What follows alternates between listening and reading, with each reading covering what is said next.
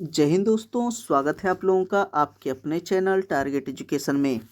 दोस्तों, आज मैं आप लोगों के लिए बिहार बोर्ड मैट्रिक परीक्षा 2025 के लिए साइंस यानी विज्ञान का महत्वपूर्ण प्रश्नों का सेट लेकर आया हूं। तो दोस्तों, अगर आप मेरे चैनल पर नए हैं तो चैनल को सब्सक्राइब जरूर कर ले, बेल आइकन को जरूर दबाइए ताकि इसी प्रकार की महत्वपूर्ण वीडियो की नोटिफिकेशन आप लोगों तक आसानी से पहुँच सके। दोस्तों, तो आइए शुरू करते हैं आज का ये पहला प्रश्न।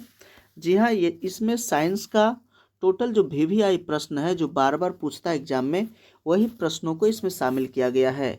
इसमें पहला प्रश्न है कि मानव नेत्र में किस प्रकार का लेंस पाया जाता है। जी हाँ दोस्तों, मानव नेत्र में किस प्रकार का लेंस पाया जाता है। ऑप्शन है उत्तल लेंस, बाइफोकल लेंस, अवतल लेंस या बेलनाकार लेंस। तो इसका सही आंसर होगा ऑप्शन ए, उत्तल लेंस। जी हाँ, मानव नेत्र में जो लेंस पाया जाता है वह उत्तल लेंस पाया जाता है। नेक्स्ट है सेकेंड नंबर का प्रश्न कि समतल दर्पण द्वारा बना प्रतिबिंब कैसा होता है। जी हाँ दोस्तों, समतल दर्पण द्वारा बना प्रतिबिंब कैसा होता है। ऑप्शन है वास्तविक, काल्पनिक या ए और बी दोनों या इनमें से कोई नहीं। तो इसका सही आंसर होगा ऑप्शन बी, काल्पनिक होता है। जी हाँ, समतल दर्पण द्वारा बना प्रतिबिंब काल्पनिक होता है, इसलिए सही आंसर ऑप्शन बी। नेक्स्ट है तीसरा नंबर का। दोस्तों, इसमें जितने भी प्रश्नों को शामिल किया गया है ये सभी काफ़ी इंपॉर्टेंट प्रश्न है, इसे आप शुरू से अंत तक जरूर देखें। अगर वीडियो अच्छा लगे तो लाइक कीजिए, प्यारा सा कमेंट कीजिए, और अगर अभी तक मेरे चैनल को सब्सक्राइब नहीं किया तो चैनल को सब्सक्राइब जरूर कर ले। तीसरा प्रश्न है कि फोकस से ध्रुव की ओर आने पर अवतल दर्पण में आवर्धन का मान क्या होता है। जी हाँ, फोकस से ध्रुव की ओर आने पर अवतल दर्पण में आवर्धन का मान क्या होता है। तो इसका सही आंसर है ऑप्शन ए, बढ़ता है। नेक्स्ट है 4 नंबर का प्रश्न कि निम्नलिखित में से किसका अपवर्तनांक सबसे कम होता है। जी हाँ, यहाँ जो दिया गया है इसमें से सबसे कम अपवर्तनांक किसका है। ऑप्शन है तारपीन, बेंजीन, पानी या किरोसिन। तो इसका सही आंसर होगा ऑप्शन सी, पानी। जी हाँ, पानी का अपवर्तनांक सबसे कम दिया गया है इसमें से। नेक्स्ट है 5 नंबर का कि अवतल लेंस द्वारा प्राप्त प्रतिबिंब कैसा होता है। जी हाँ दोस्तों, अवतल लेंस द्वारा जो प्राप्त प्रतिबिंब है वो कैसा होता है। ऑप्शन है कि छोटा, सीधा, आभासी या इनमें से सभी। तो इसका सही आंसर है ऑप्शन डी, इनमें से सभी। जी हाँ, अवतल लेंस द्वारा जो बना प्रतिबिंब होता है वह छोटा भी होता है, सीधा भी होता है और आभासी होता है। और दोस्तों, अवतल लेंस का जो प्रतिबिंब बनता है वो छोटा, सीधा और आभासी, इसलिए इसका सही आंसर ऑप्शन डी, इनमें से सभी। नेक्स्ट है 6 नंबर का, प्रकाश की किरण को मोड़ने की क्षमता को क्या कहते हैं। यानी प्रकाश की किरण जो है वो मुड़ जाती है, तो मुड़ने की क्षमता को क्या कहते हैं। तो इसका सही आंसर होगा ऑप्शन ए, लेंस की क्षमता। जी हाँ, प्रकाश की किरण को मोड़ने की क्षमता को लेंस की क्षमता कहा जाता है। नेक्स्ट है 7 नंबर का कि लेंस में मुख्य फोकस की संख्या कितनी होती है। जी हाँ दोस्तों, लेंस में जो मुख्य फोकस होती है तो मुख्य फोकस की संख्या कितनी होती है। ऑप्शन दिया गया है 1, 2, 3 या 4। तो इसका सही आंसर है ऑप्शन बी, 2 फोकस होता है। नेक्स्ट है 8 नंबर का प्रश्न कि एक प्रकाश किरण एक समतल दर्पण पर लंबवत आपतित होती है, परावर्तन कोण का मान कितना होगा। जी हाँ दोस्तों, एक प्रकाश किरण जो है एक समतल दर्पण पर लंबवत आपतित होती है तो परावर्तन कोण का मान कितना होगा। तो इसका सही आंसर है ऑप्शन डी, यानी कि 0 डिग्री। जी हाँ, तो परावर्तन कोण का मान 0 डिग्री होगा। नेक्स्ट है 9 नंबर का कि सरल सूक्ष्मदर्शी में किसका उपयोग होता है। जी हाँ, सरल सूक्ष्मदर्शी में किसका उपयोग होता है। ऑप्शन है अवतल दर्पण, उत्तल दर्पण, अवतल लेंस या उत्तल लेंस। तो इसका सही आंसर है ऑप्शन डी, उत्तल लेंस। नेक्स्ट है 10 नंबर का प्रश्न कि निम्नलिखित में से किस लेंस को अपसारी लेंस कहते हैं। जी हाँ दोस्तों, अपसारी लेंस किसे कहते हैं। तो इसका सही आंसर है ऑप्शन ए, अवतल लेंस को। जी हाँ, अवतल लेंस को अपसारी लेंस कहा जाता है, जबकि उत्तल लेंस को अभिसारी लेंस कहा जाता है। जी हाँ, उत्तल लेंस को अभिसारी और अवतल लेंस को अपसारी लेंस कहा जाता है। नेक्स्ट है 11 नंबर का प्रश्न कि निम्नलिखित में से किस दर्पण द्वारा किसी वस्तु का आभासी प्रतिबिंब मिल सकता है। जी हाँ, किस दर्पण का किसी वस्तु का आभासी प्रतिबिंब मिल सकता है। ऑप्शन है समतल दर्पण, उत्तल दर्पण, अवतल दर्पण या इनमें से सभी। तो इसका सही आंसर है ऑप्शन डी, इनमें से सभी। जी हाँ, इनमें से सभी के द्वारा आभासी प्रतिबिंब मिल सकता है। नेक्स्ट है 12 नंबर का कि आकाश का रंग नीला होना किस परिघटना का परिणाम है। जी हाँ, आकाश का रंग नीला होना किस परिघटना का परिणाम है। ऑप्शन है परावर्तन, अपवर्तन, प्रकीर्णन या इनमें से कोई नहीं। तो इसका सही आंसर हो जाएगा ऑप्शन सी, प्रकीर्णन। जी हाँ, प्रकीर्णन के कारण ही आकाश का रंग नीला दिखाई पड़ता है। नेक्स्ट है 13 नंबर का प्रश्न कि विरल माध्यम से सघन माध्यम में पाई जाती हुई विरल माध्यम से सघन माध्यम में जाती हुई किरण मुड़ जाती है, तो किधर मुड़ती है। तो इसका सही आंसर होगा ऑप्शन ए, अभिलंब की ओर। जी हाँ, तो देखिए यहाँ इसमें क्या घटना घटता है कि मान लिया जाए कि ये जो है नीचे जो माध्यम दिया गया है ये सघन माध्यम है।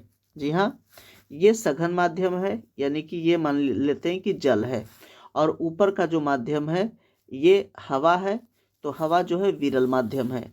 अगर यहाँ से अगर इस पर लंब अगर डालते हैं और अगर यहाँ विरल माध्यम से अगर सघन माध्यम में, प्रश्न कहता है कि विरल माध्यम से सघन माध्यम में अगर जाती हुई किरण मुड़ जाती है तो किधर मुड़ती है।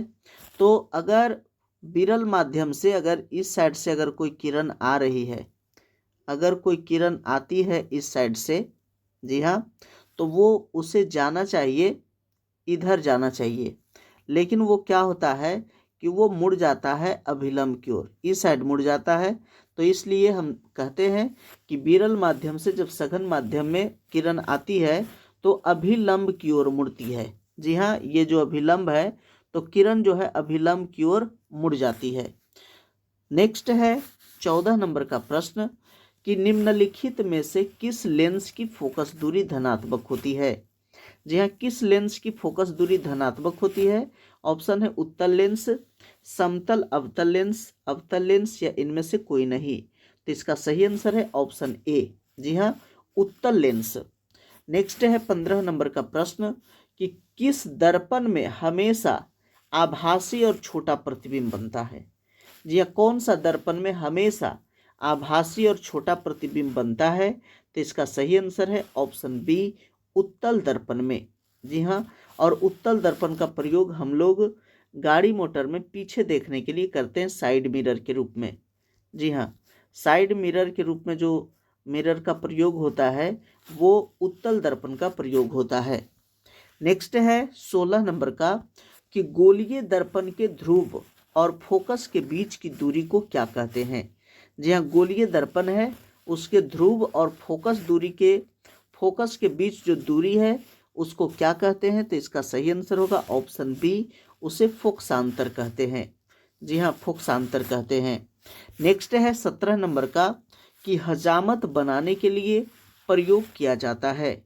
जी हाँ, हजामत दाढ़ी बनाने के लिए या हजामत बनाने के लिए किसका प्रयोग किया जाता है।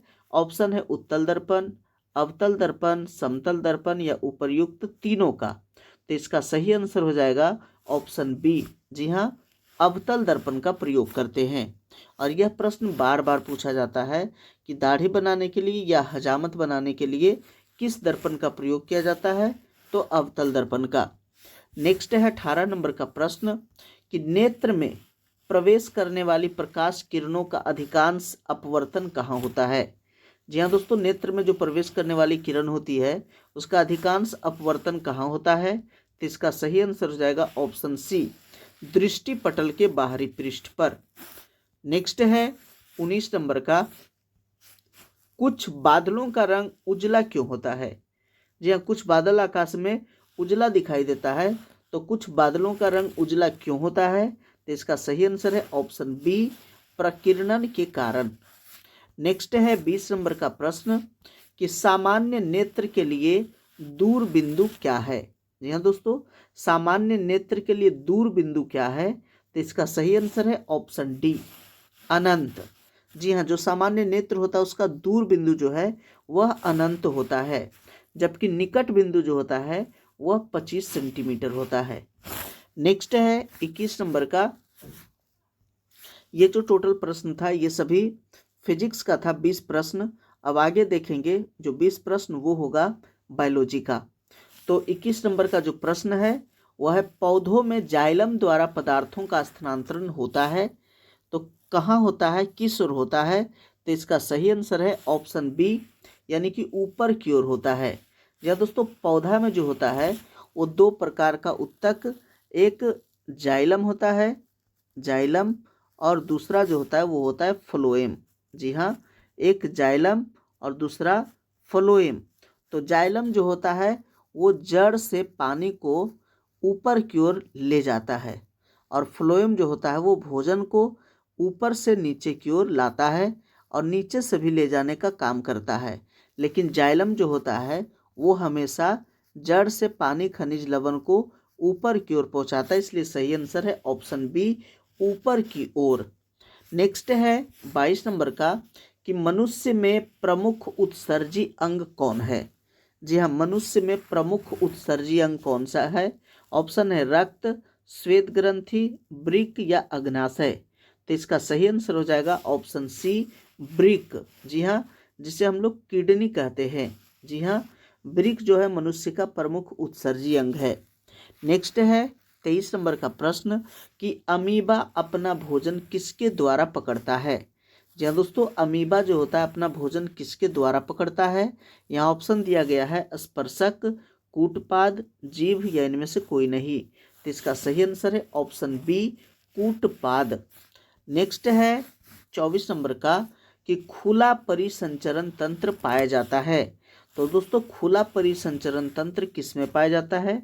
ऑप्शन है मनुष्यों में, घोड़े में, कॉकरोच में या स्त्री में।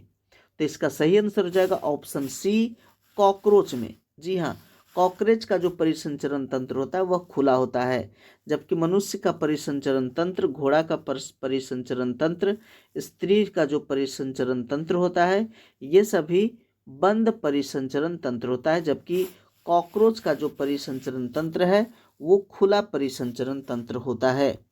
नेक्स्ट है 25 नंबर का कि मानव हृदय में कितने वेश्म पाए जाते हैं, यानी कितने कक्ष पाए जाते हैं? वेश्म यानी कि कक्ष। तो मानव हृदय में कितने कक्ष पाए जाते हैं? तो इसका सही आंसर है ऑप्शन बी, 4 कक्ष पाया जाता है। नेक्स्ट है 26 नंबर का कि मानव मूत्र में यूरिया की प्रतिशत मात्रा कितनी होती है? जी हाँ दोस्तों, मानव मूत्र में यूरिया की जो प्रतिशत मात्रा होती है वह होती है 2%, इसलिए सही आंसर ऑप्शन सी। नेक्स्ट है 27 नंबर का प्रश्न कि सांस लेने और छोड़ने की क्रिया को क्या कहते हैं? जी हाँ दोस्तों, हम लोग जो सांस लेते हैं और जो छोड़ते हैं तो उस क्रिया को क्या कहा जाता है? तो इसका सही आंसर है ऑप्शन सी, श्वासोच्छवास। जी हाँ, उसे श्वासोच्छवास कहते हैं। नेक्स्ट है 28 नंबर का कि पीत रस कहाँ से स्रावित होता है? जी हाँ दोस्तों, पीत रस जो स्रावित होता है वह कहाँ से स्रावित होता है? तो इसका सही आंसर ऑप्शन बी, यकृत से। जी हाँ, जिसे लीवर भी कहा जाता है। जी हाँ, यकृत यानी लीवर कहा जाता है, और पीत रस जो होता है यकृत से ही स्रावित होता है। नेक्स्ट है 29 नंबर का कि निम्न में से कौन सी क्रिया सभी जीवों के लिए अनिवार्य है? जी हाँ, कौन सी क्रिया जो है सभी जीवों के लिए अनिवार्य है? तो वह है ऑप्शन सी, श्वसन क्रिया। जी हाँ, श्वसन क्रिया जो है सभी प्रकार के जीवों के लिए अनिवार्य है। नेक्स्ट है 30 नंबर का। 30 में दिया गया है कि हृदय से रक्त को संपूर्ण शरीर में पंप किया जाता है किसके द्वारा? तो इसका सही आंसर है ऑप्शन बी, नीलय के द्वारा। जी हाँ दोस्तों, नीलय के द्वारा हृदय से रक्त को संपूर्ण शरीर में पंप किया जाता है। नेक्स्ट है 31 नंबर का कि निम्न में सबसे तेज हृदय धड़कन किसका होता है। जी हाँ, सबसे तेज धड़कन, हृदय का धड़कन जो है किसका होता है। ऑप्शन है भेल, चूहा, हाथी, आदमी। तो इसका सही आंसर है ऑप्शन बी, चूहा। जी हाँ, चूहा का जो हृदय का धड़कन होता है वो सबसे तेज होता है। नेक्स्ट है 32 नंबर का कि कौन सी बीमारी श्वसन तंत्र से संबंधित है। जी हाँ दोस्तों, कौन सी बीमारी जो है वह श्वसन तंत्र से संबंधित है। ऑप्शन है डायरिया, निमोनिया, मलेरिया, मधुमेह। तो इसका सही आंसर है ऑप्शन बी, निमोनिया। और यह निमोनिया जो है बच्चों में ज़्यादा होता है और श्वसन क्रिया करते समय घरघराहट आता है। तो श्वसन से संबंधित जो बीमारी है वह है निमोनिया। नेक्स्ट है 33 नंबर का कि मनुष्य के श्वेत रक्त कोशिकाओं की जीवन अवधि कितनी होती है। जी हाँ, मनुष्य में जो श्वेत रक्त कोशिका पाया जाता है उसका जीवन अवधि कितनी होती है। तो इसका सही आंसर है ऑप्शन ए, 12 से 20 दिन तक। नेक्स्ट है 34 नंबर का कि आहार नाल का सबसे लंबा भाग कौन सा है। जी हाँ दोस्तों, आहार नाल का सबसे लंबा भाग कौन सा है। तो इसका सही आंसर हो जाएगा ऑप्शन सी, छोटी आंत। जी हाँ, नाम इसका छोटी आंत है लेकिन यह सबसे लंबा भाग है। जी हाँ। नेक्स्ट है 35 नंबर का कि रक्त का कौन सा अवयव रक्त स्राव को रोकने में मदद करता है। जी हाँ, रक्त का कौन सा अवयव होता है जो रक्त स्राव को रोकने में मदद करता है। ऑप्शन है लसिका, प्लेटलेट्स, प्लाज्मा या इनमें से कोई नहीं। तो इसका सही आंसर हो जाएगा ऑप्शन बी, प्लेटलेट्स। नेक्स्ट है 36 नंबर का कि मूत्र का पीला रंग किस वर्ण के कारण होता है। जी हाँ दोस्तों, मूत्र का जो पीला रंग होता है वो किस वर्ण के कारण होता है। तो इसका सही आंसर है ऑप्शन बी, यूरोक्रोम के कारण। नेक्स्ट है 37 नंबर का कि मस्तिष्क का कौन सा भाग गंध पहचानने का केंद्र होता है। जी हाँ, मस्तिष्क का कौन सा भाग है जो गंध को पहचानने का केंद्र होता है। तो इसका सही आंसर है ऑप्शन बी, अग्र मस्तिष्क। नेक्स्ट है 38 नंबर का कि मनुष्य के शरीर की सबसे बड़ी ग्रंथि कौन सी है। जी हाँ दोस्तों, मनुष्य के शरीर की सबसे बड़ी ग्रंथि कौन सा है। ऑप्शन है लीवर, अग्नाशय, अंडाशय, एड्रिनल। तो इसका सही आंसर हो जाएगा ऑप्शन ए, लीवर। नेक्स्ट है 39 नंबर का दांत की सबसे ऊपरी परत को क्या कहते हैं। जी हाँ, दांत का जो ऊपरी परत होता है उसे क्या कहते हैं। ऑप्शन है डेंटाइन, इनामेल, अस्थि, क्राउन। तो इसका सही आंसर है ऑप्शन बी, इनामेल। नेक्स्ट है 40 नंबर का कि मस्तिष्क का कौन सा भाग शरीर की स्थिति तथा संतुलन का अनुरक्षण करता है। जी हाँ दोस्तों, ये जो मस्तिष्क का कौन सा भाग होता है जो शरीर की स्थिति तथा संतुलन का अनुरक्षण करता है। तो इसका सही आंसर होगा ऑप्शन सी, अनुमस्तिष्क।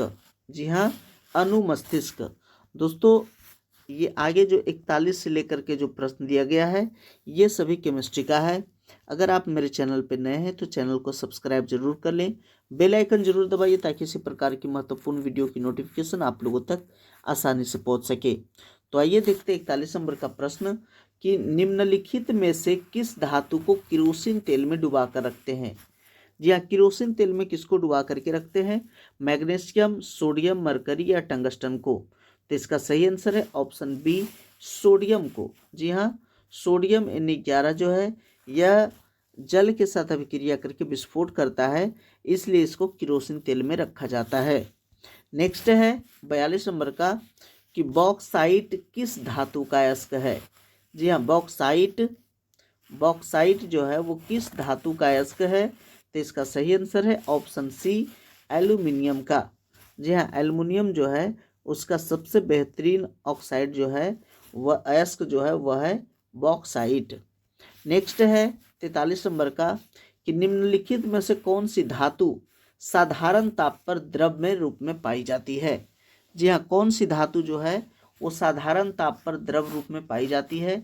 ऑप्शन है लिथियम, लेड, मरकरी या सिल्वर। तो इसका सही आंसर है ऑप्शन सी, मरकरी। नेक्स्ट है 44 नंबर का कि निम्नलिखित में से कौन विद्युत का सुचालक है। जी हाँ, विद्युत का सुचालक कौन सा है? ऑप्शन है सल्फर, प्लास्टिक, आयोडीन या ग्रेफाइट। तो इसका सही आंसर है ऑप्शन डी यानी कि ग्रेफाइट। नेक्स्ट है 45 नंबर का कि निम्नलिखित में पीतल किसका उदाहरण है। जी हाँ, पीतल जो है किसका उदाहरण है? धातु, अधातु, मिश्र धातु या यौगिक। तो इसका सही आंसर है ऑप्शन सी मिश्र धातु। पीतल जो है वो तांबा और तांबा प्लस जस्ता से बनता है। जी हाँ, पीतल जो बनता है वो तांबा प्लस जस्ता से बनता है, इसलिए यह जो है मिश्र धातु है। नेक्स्ट है 46 नंबर का, किसी भी उदासीन विलयन का पीएच मान कितना होता है। जी हाँ, अगर कोई विलयन का पीएच मान अगर उदासीन है तो उसका पीएच मान कितना होगा। ऑप्शन है 5, 7, 14 या 0। तो इसका सही आंसर है ऑप्शन बी यानी कि 7 होना चाहिए। जी हाँ, उदासीन विलयन का पीएच मान 7 होता है, क्योंकि 7 से जब ज़्यादा होता है, 7 से प्लस जब होता है तो वह क्षारीय होता है, और 7 से अगर माइनस होता है तो वह अम्लीय होता है। इसलिए अगर उदासीन की बात किया जाए तो वह 7 है, इसलिए सही आंसर ऑप्शन बी। नेक्स्ट है 47 नंबर का कि निम्नलिखित अम्लों में से कौन प्रबल अम्ल है। जी हाँ, निम्नलिखित अम्ल में से कौन सा प्रबल यानी कि मजबूत अम्ल है। ऑप्शन है लैक्टिक अम्ल, एस्कॉर्बिक अम्ल, सल्फ्यूरिक अम्ल या फॉर्मिक अम्ल। तो सही आंसर ऑप्शन सी सल्फ्यूरिक अम्ल। नेक्स्ट है 48 नंबर का कि जल में घुलनशील भस्म क्या कहलाता है। काफ़ी इंपॉर्टेंट प्रश्न है कि जल में घुलनशील भस्म क्या कहलाता है। ऑप्शन है अम्ल, क्षार, लवण या इनमें से कोई नहीं। तो इसका सही आंसर होगा ऑप्शन बी यानी कि क्षार। नेक्स्ट है 49 नंबर का प्रश्न कि दांतों को साफ करने के लिए दंत मंजन प्रायः क्या होता है। जी हाँ, दांत को साफ करने के लिए दंत मंजन में क्या होता है। अम्लीय रहता है या क्षारीय रहता है या लवण युक्त या इनमें से कोई नहीं। तो इसका सही आंसर है ऑप्शन बी। जी हाँ, ऑप्शन बी यानी कि इसका जो आंसर है क्षारीय है, क्योंकि दांत जो साफ करते हैं अगर अम्लीय अगर होगा तो हमारा दांत जो है वो कमज़ोर हो जाएगा। जी हाँ, दांत अम्ल से कमज़ोर होता है, जबकि दंत मंजन में जो है वह क्षार रहता है। जी हाँ दोस्तों, दंत मंजन में जो होता है वह क्षारीय रहता है। नेक्स्ट है 50 नंबर का कि 1 ग्राम सोने से कितना लंबा तार बनाया जा सकता है। जी हाँ, अगर 1 ग्राम सोना है उससे कितना लंबा तार खींचा जा सकता है। इसका सही आंसर है ऑप्शन बी 2 किलोमीटर। नेक्स्ट है 51 नंबर का, और यह आज का अंतिम प्रश्न है कि आभूषण बनाने वाले सोना कितने कैरेट का होता है। जी हाँ दोस्तों, आभूषण बनाने वाले सोना कितने कैरेट का होता है। तो ऑप्शन दिया गया है 24 कैरेट, 16 कैरेट, 22 कैरेट, 15 कैरेट। तो इसका सही आंसर है ऑप्शन सी 22 कैरेट, क्योंकि जो शुद्ध सोना होता है, जी हाँ, शुद्ध सोना जो होता है दोस्तों वह होता है 24 कैरेट का। जी हाँ, शुद्ध सोना होता है 24 कैरेट का, जबकि आभूषण बनाने की यहाँ बात की जा रही है तो आभूषण बनाने वाले में जो रहता है वो 22 कैरेट रहता है।